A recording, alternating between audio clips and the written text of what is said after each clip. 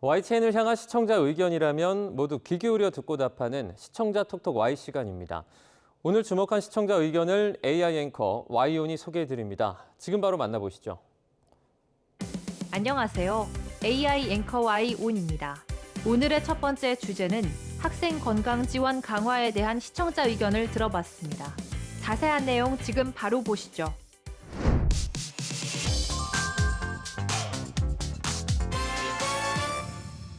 우리나라 어린이와 청소년들의 행복 지수가 높지 않다는 건 어제 오늘 일이 아닙니다. 우리나라 학생들이 우울이나 불안 등으로 인한 마음의 병을 겪으면서 상담 신청이 늘고 있는 가운데 상담 인력이 부족한 현실을 전한 보도가 있었습니다. 교육청에서 운영하는 학생 상담 기관인 위센터에서 병원에 연결한 학생 수는 지난 2020년에는 4,900여 명이었지만 지난해에는 1,500여 명으로 4년 만에 2배 넘게 늘었습니다. 학생들의 마음 건강이 화두로 떠오르자 정부도 다양한 지원 방안을 약속했습니다. 하지만 지원은 현실을 따라가지 못하고 있습니다. 딥페이크 피해 학생들에게 심리 상담과 치료를 지원하겠다고 밝혔지만 전문 상담 교사가 있는 초, 중, 고등학교는 전체의 39%에 불과합니다.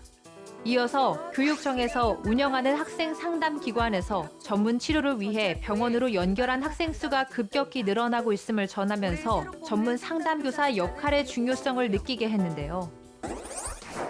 병원에 전문 치료가 필요한 학생 수가 늘어났지만 정부의 지원은 지지부진하다는 점을 짚었는데 학생 건강 지원 강화 예산이 어떻게 쓰이고 있는지 설명해 준다면 예산 사용 타당성을 살펴보는데 도움이 될 거라는 시청자 의견이 있었습니다. 시청자 톡톡 Y에서 구체적인 내용을 알아보기 위해 학생 건강 지원 강화 예산에 대해 살펴봤습니다. 먼저 보도에서 언급된 위센터는 학교에서 지도하기 어려운 위기 학생을 지역지원청 차원에서 상담하고 치유 프로그램을 운영하는 기관을 뜻합니다. 이곳에서도 전문적 의료 상담이 필요해 보이면 학생에게 병원 치료를 권고할 수 있는데요. 학생들의 마음 건강에 매년 적신호가 켜지고 있지만 교육부의 관련 예산은 제자리 걸음인 것으로 나타났습니다. 2025년도 예산안 및 기금 운영 계획안 사업 설명 자료에 따르면 2025학년도 교육부 학생 건강 지원 강화 예산은 지난해와 같은 10억 5,400만 원으로 편성됐는데요. 교육부는 기획재정부에 15억 5,400만 원을 요구했으나 기획재정부는 지난해와 같은 예산으로 조정한 것으로 알려졌습니다. 초중 고교에서 정신건강에 문제가 있는 학생을 돕는 사업은 크게 지방교육재정교부금이 쓰이는 교육청 사업과 국고를 투입하는 교육부 사업이 있는데요.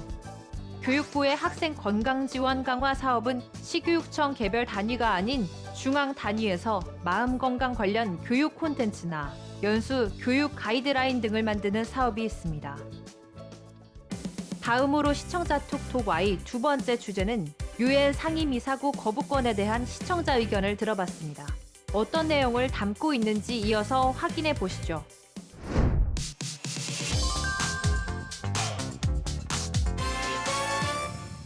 네, 국제사회가 마주한 주요 과제의 해결 방향을 담은 협약이 유엔에서 채택됐습니다. 유엔 총회 개막 전 유엔 안전보장이사회의 개혁을 논의하기로 했다는 소식과 함께 지금까지 문제가 됐던 이유를 짚은 리포트가 있었습니다. 현재 유엔 안전보장이사회 이사국은 15개국, 190여 개 회원국 중 극소수에 불과합니다. 게다가 거부권을 가진 5개 상임이사국이 서로 협조하지 않으면 아무것도 할 수 없습니다.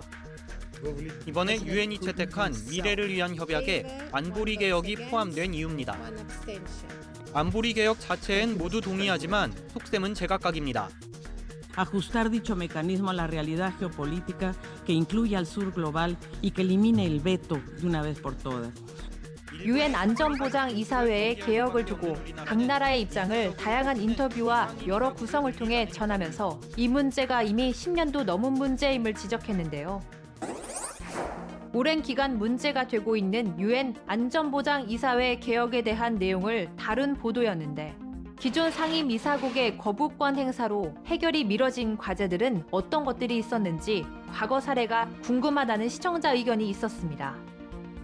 시청자 톡톡 Y에서 과거 유엔 상임 이사국의 거부권 행사 사례를 몇 가지 살펴봅니다.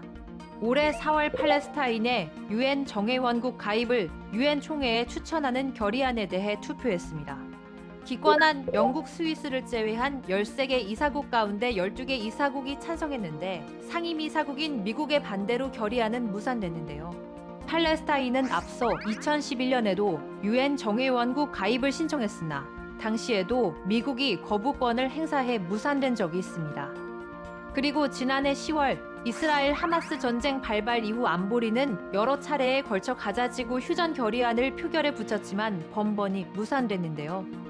올해 3월 안보리는 가자지구에 억류된 인질, 석방 등의 내용을 담아 미국이 제안한 결의안을 표결에 붙였습니다. 이 결의안은 15개 이사국 중 11개 이사국의 찬성을 얻었지만 상임 이사국인 러시아와 중국이 거부권을 행사에 채택되지 못했는데요. 앞서 미국도 이스라엘 하마스 전쟁의 인도주의적 휴전을 요구하는 결의안에 대해 올 2월까지 3번에 걸쳐 거부권을 행사했습니다. 이후 전쟁 6개월째인 올 3월에서야 미국이 기권해 가자지구 관련 결의안이 안보리를 통과하기도 했습니다. 마지막으로 오늘 시청자 톡톡 Y 세 번째 주제는 빙하와 빙봉에 대한 시청자 의견을 들어봤습니다. 이어지는 내용도 지금 바로 만나보시죠.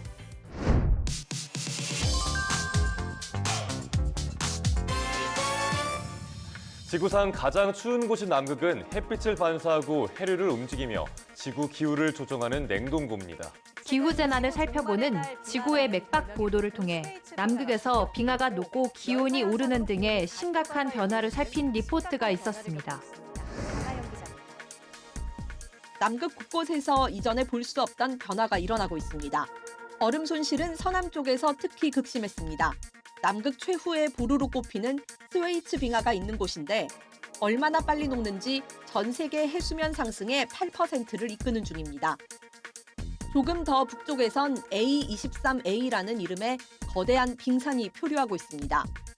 지난 1986년 피리너 빙봉에서 떨어져 나와 웨델해에 조용히 머물렀는데 2020년부터 갑자기 더 따뜻한 북쪽으로 활발히 움직이기 시작했습니다. 다양한 방식으로 시각화한 자료들을 통해 막연히 생각했던 남극의 상황을 다시 생각하게 하는 보도였는데요.